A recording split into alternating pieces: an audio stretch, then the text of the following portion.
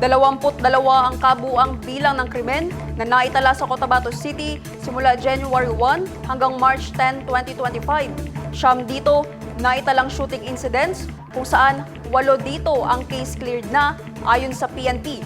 Ang police report mula kay Joelyn de la Cruz.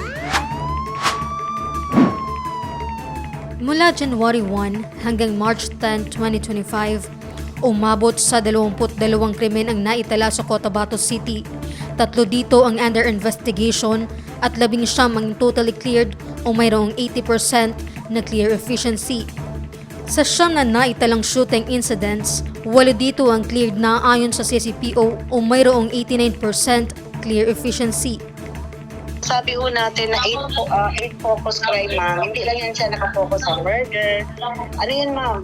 Sa 8 focus crime kasi nandiyan yung murder, physical injury, rape, yung mga commonly na mga crimes nangyayari sa community. Robbery, theft, kidnapping, yan. Halo-halo yan siya, ma'am. So out of sa incident na meron tayo, di ba may 3 UI, ma'am? So ibig sabihin yung UI, ma'am, na under investigation, yun ay may isa tayong murder nung bago lang, itong March 10 lang, ma'am. Kasi napasok siya, ma'am, Kasi di ba kahapon namin na-post yun. Yung isa naman, ma'am, is motor napping. Yung isa may magkuha ng motor.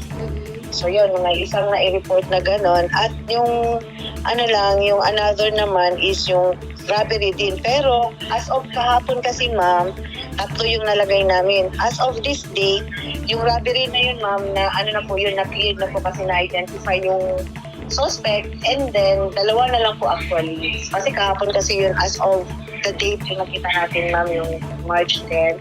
So ngayong 11, may progress report ang sa baba. Cleared na yung isang robbery kasi na-identify at na-file na ng case.